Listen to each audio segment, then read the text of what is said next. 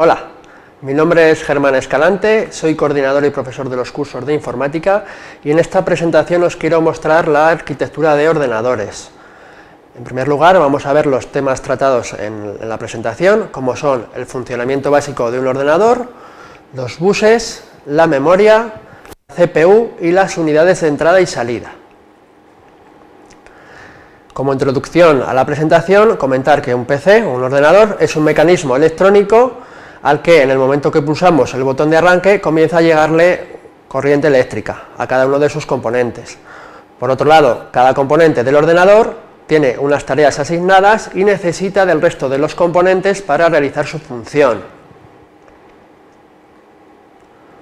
Bien, en primer lugar podemos dividir el funcionamiento básico de un ordenador en cuatro tareas globales o en 4 líneas globales: el procesador, la memoria, los puertos o conexiones de entrada y los puertos de salida. El procesador es la parte principal del ordenador y es el encargado de recibir y procesar una serie de datos para posteriormente realizar una serie de operaciones y enviarlos al resto de dispositivos como órdenes a ejecutar. La memoria es la encargada de guardar la información procesada o almacenada. Los puertos o conexiones de entrada reciben información del exterior del ordenador para posteriormente procesarla.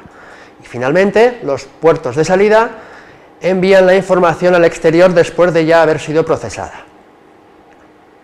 Aquí tenéis un ejemplo de comunicación, ¿vale?, en el cual nos vamos a basar en la comunicación mediante el sistema de bus, ¿vale?, ya sea el chip del procesador, la memoria RAM, la ROM, ¿vale?, las interfaces de entrada y salida. Cualquier dispositivo necesita este sistema de bus para comunicarse, ¿vale? Por lo tanto, un bus está situado en el interior de la placa base y son los caminos a través de los cuales pueden viajar los datos dentro del ordenador. Podemos distinguir 3 tipos de buses. En primer lugar, bus de datos; en segundo lugar, bus de dirección; y en tercer lugar, el bus de control. Bien, el bus de datos, como su nombre indica, es el bus por el cual circulan los datos. El bus de dirección o de direcciones es utilizado para acceder a los diferentes dispositivos, ya que guardan la dirección específica de cada uno. Y el bus de control es el encargado de intermediar entre el bus de datos y bus de direcciones. ¿Vale? Como veis aquí, tenemos el esquema de un procesador y, como veis, el bus de datos y el bus va en 2 direcciones. El bus de direcciones únicamente saldría del procesador y el bus de control, bueno, los buses de control, porque hay multitud, son unidireccionales, pero tenemos varios buses de control. Bien, pasamos a la memoria. Principalmente tenemos que distinguir entre 2 tipos de memoria: la memoria RAM o memoria de acceso aleatorio y la memoria ROM, ¿vale?, o memoria de solo lectura. La memoria RAM es la que utiliza el ordenador para almacenar opciones o aplicaciones las cuales se están ejecutando actualmente, de manera que ayuda al procesador en la rapidez de ejecución. Esta memoria desaparecerá al apagar el ordenador. Por otro lado, la memoria ROM es la ideal para almacenar las instrucciones de arranque del ordenador, o lo que conocemos como BIOS, o los programas y datos que guardamos para utilizar normalmente, los discos duros.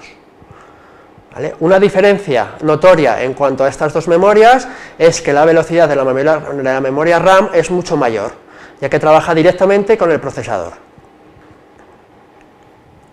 Bien, hemos llegado a la parte más importante del equipo. La CPU es la unidad central de proceso y es la encargada de ejecutar las instrucciones de los programas. ¿Vale? Suele estar integrada en el procesador y está formada por 4 componentes. En primer lugar, los registros; en segundo lugar, la unidad de control; en tercer lugar, la unidad aritmético-lógica; y finalmente, la unidad de coma flotante. Los registros permiten guardar y acceder valores muy utilizados generalmente. La unidad de control es el cerebro del microprocesador, ya que controla el orden de instrucciones y el flujo de datos. Interpreta las instrucciones y regula los tiempos de acceso y ejecución. La unidad aritmético-lógica pues es la encargada de efectuar operaciones aritméticas y lógicas sobre operandos que provienen de la memoria principal. Es importante, provienen de la memoria principal.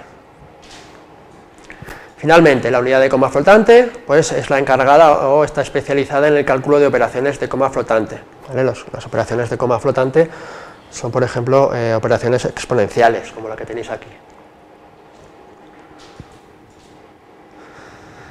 Bien, pasamos a las unidades de entrada y salida, que son las encargadas de proporcionar la comunicación entre la CPU y los periféricos. Aquí vemos también dos tipos. En primer lugar, los dispositivos orientados a bloques y los dispositivos orientados a caracteres.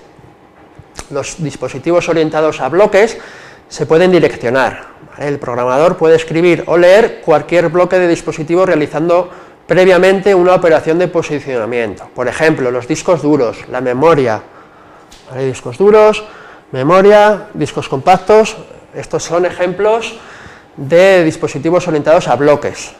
Por otro lado, los dispositivos orientados a caracteres, pues son aquellos que trabajan con secuencias de bytes, sin importar su longitud ni agrupación, ¿vale? Secuencias de bytes sin importar longitud ni agrupación. Una peculiaridad es que, al contrario que los orientados a bloques, estos dispositivos no son direccionables. Por ejemplo, tenemos los teclados, las pantallas o las impresoras. Bien, finalmente, en cuanto a las unidades de entrada y salida, las funciones a realizar por un ordenador para ejecutar estos trabajos de entrada y salida.